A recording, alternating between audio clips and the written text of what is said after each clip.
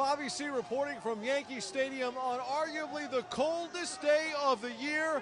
It was Iowa that put the heat on Boston College in the final minutes to win the New Era Pinstripe Bowl.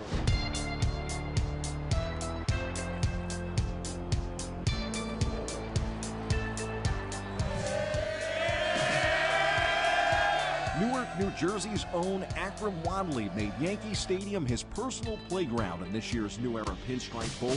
The running back propelled Iowa past Boston College 27-20, earning MVP honors for his 283 all-purpose yards on a frigid day in the Bronx. You did everything that you possibly could do to win this game. Talk about your own individual performance today. Just went out there and gave it my all. You can't redo it. You can't go back and do it again. I just wanted to lay it all out there. For our team to come out the way they did in the second half and push through it, to me it was a breakthrough moment for us, and just really happy for our team, very proud of our team. Everything's been first class. I think that's just synonymous with the Yankee organization. So we feel very privileged to have been here.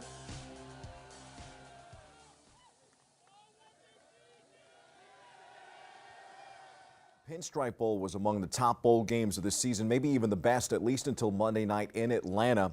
After watching a frustrating and unproductive first half of football in the biggest game of the year, Alabama coach Nick Saban came into the locker room and pulled aside his two top quarterbacks. He informed them that the sophomore Jalen Hurts, who had started the game, sporting a 25-2 career record for the Tide, was coming out, and Tua Tagovailoa, say that 10 times fast, a freshman who had never started in a college game, was going to try to come in and save Bama's season. Hurts had not been playing well. Alabama was getting shut out, and Saban needed something to ignite his team in this title game. Tagovailoa provided more than a spark. He provided an explosion. His dazzling performance carried the Crimson Tide to a 26-23 overtime victory over the Georgia Bulldogs and a 12th national championship, their 5th under Saban. Saban now has 6 titles. Tagovailoa threw for 166 yards in the second half and overtime and 3 touchdowns, including the winner.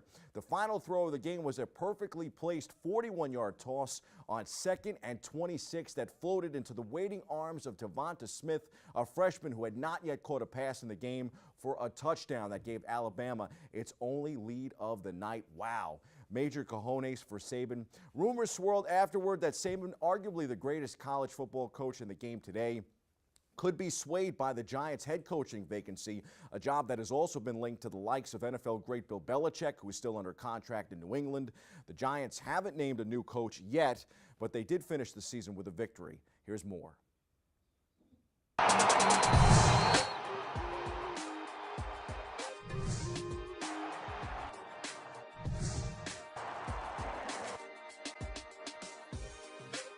Two-time Super Bowl MVP Eli Manning threw a touchdown pass in what might be his final game with the Giants, and New York got a rare taste of winning with an 18-10 final over division foe Washington Sunday. The clock ticked down on both the new year and a difficult Giants season, but the win and the announcement of a new GM and Dave Gettleman seemed to offer the promise of better days to come. Might not, mean a whole lot when you look at it to get this, get the 3rd win, but it does mean something to the players. Guys have been working hard. They've been competing. They've been giving great effort all year, and just just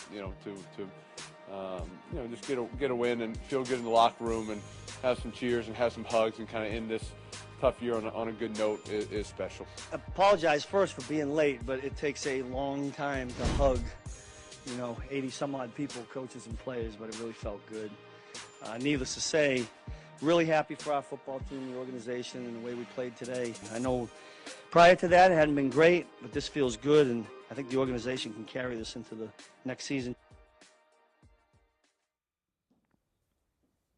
I doubt we will see Saban on the Giants sidelines next season, nor Bill Belichick, and other notable names like John Gruden are off the board. He just signed a 10-year, $100 million deal to return to the Raiders. What we do know is this: the next head coach of the Giants will be Josh McDaniels, Matt Patricia, or Pat Shurmur, with no surprise candidate looming. And at this point, all three are very much in the mix. This, according to a Thursday night late-breaking report from the New York Post. Matt Patricia seems to be the leading candidate. I actually thought he or McDaniels would get the job all along. strong. The Giants are said to be impressed by the Patriots' defensive coordinator's smarts and view him as the ultimate Bill Belichick protege. Big Blue wrapped the regular season with a win. The Jets could not do the same on New Year's Eve, falling 26-3 to Belichick and the Patriots in New England. The Jets lost their final 4 games, including a week earlier in their home finale to San Diego. Final score there, Chargers 14, Jets 6. Here's a look back on the final time fans here in New York got to see the 5-11 Jets. We've had 2 weeks to work with Bryce, and, he's doing everything he can to, make the plays, and, we're doing everything we can. We just got to continue to keep working. It's football, man. It doesn't matter who you play. It's football. Phillip Rivers is an outstanding competitor. That's one thing I respect about him. And he's a guy that finishes ball games and a guy that's going to rally his troops. So you got to attack at all times. It doesn't matter who you play. Hats goes out to Phillip and his crew.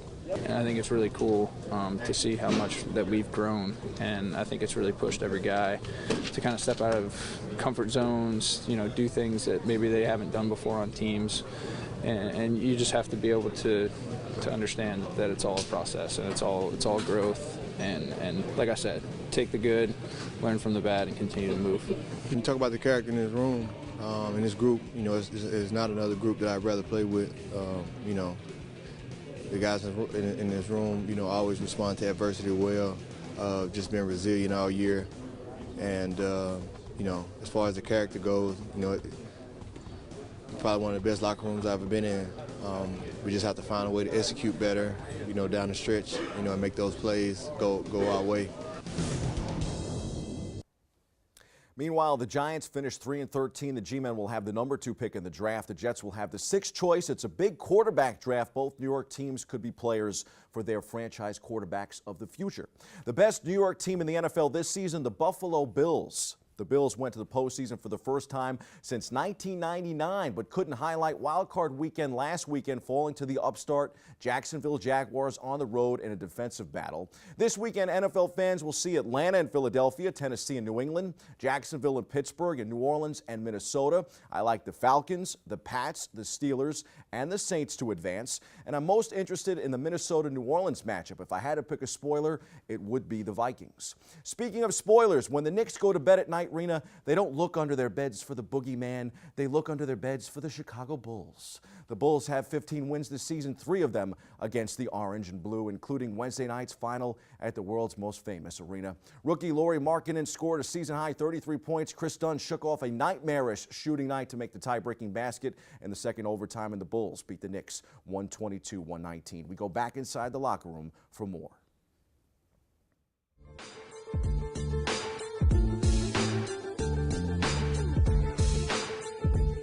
Lowry just, to come in on the big stage, the world's most famous arena, hit 8 threes, and, play against, arguably, as good a power forward as there is in this league in Porzingis, to play 46 minutes, and then hit the big free throws late, tells you everything you need to know about Lowry. He's just such a competitor and a guy that's going to come out and play. It was really cool to actually play here for the first time. There was awesome atmosphere, great fans, and I tried to get whatever the defense was giving me. And early it was a couple of threes and I made them and felt good, so I just kept shooting. It was a tough stretch, and then it's late in the game. It's tough to get back, in good rhythm where you can score a few times in a row. It's just maybe you get an opportunity. If you miss it, that's it. We're a team trying to fight and jockey for postseason play, and with the parity going on in the Eastern Conference, man, we having our opportunities, but we can't waste them or keep letting games like this fall by the wayside thinking that we can just make them up, man. We got to be able to especially defend home court, and then, when it's time, go out on the road and, try to go out there and get some wins as well. The Knicks are in Minnesota tonight and back at the Garden Sunday for New Orleans before meeting the Nets in Brooklyn for a matinee on Martin Luther King Day Monday. The Nets are in Atlanta tonight and Washington Saturday. Time for some quick hitters from around the world of sports. You know, at the end of the year, race car driver Danica Patrick was on the market, and I thought I had a chance. But then Aaron Rodgers swooped in and he threw a touchdown with Green Bay absent from the playoffs this year. It appears Patrick's new relationship with Rodgers is revving up fast. After dining with the Packers quarterback in Green Bay after Christmas, the racing beauty made a return trip to Wisconsin last week before Rodgers flew to Indianapolis to meet Patrick's parents. Patrick split from longtime boyfriend and fellow driver Ricky Stenhouse Jr. in late 2017.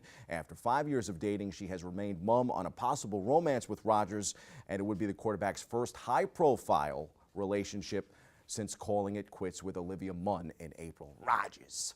On the ice, the New York Rangers and the New York Islanders square off at MSG on Saturday. The Rangers have 22 wins. The Isles have 21. In New Jersey, the Devils will be taking on the Philadelphia Flyers Saturday at home.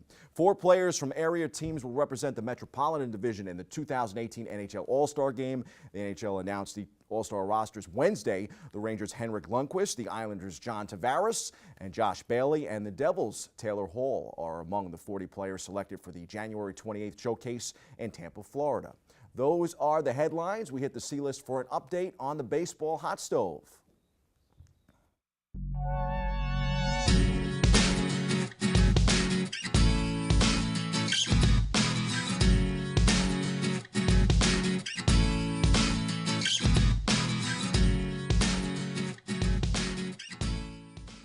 It's cold. The Mets broke the silence a little bit the other day, reuniting with free agent Jay Bruce. Bruce is returning to the Mets on a 3-year, $39 million contract. A pretty good move, but certainly not a blockbuster for the Mets or the market, which has been cool of late. Reports indicate the Yankees offered free agent pitcher Yu Darvish a $160 million deal, and he didn't even budge. There's also been no trade movement for young up-and-coming stars like Pittsburgh ace Garrett Cole, who has been rumored on the move to either the Yankees or the Houston Astros. But with February only a few weeks away and spring training on the horizon, expect to see the hot stove heat up once more before the season starts. That's your sports. I'm Bobby C.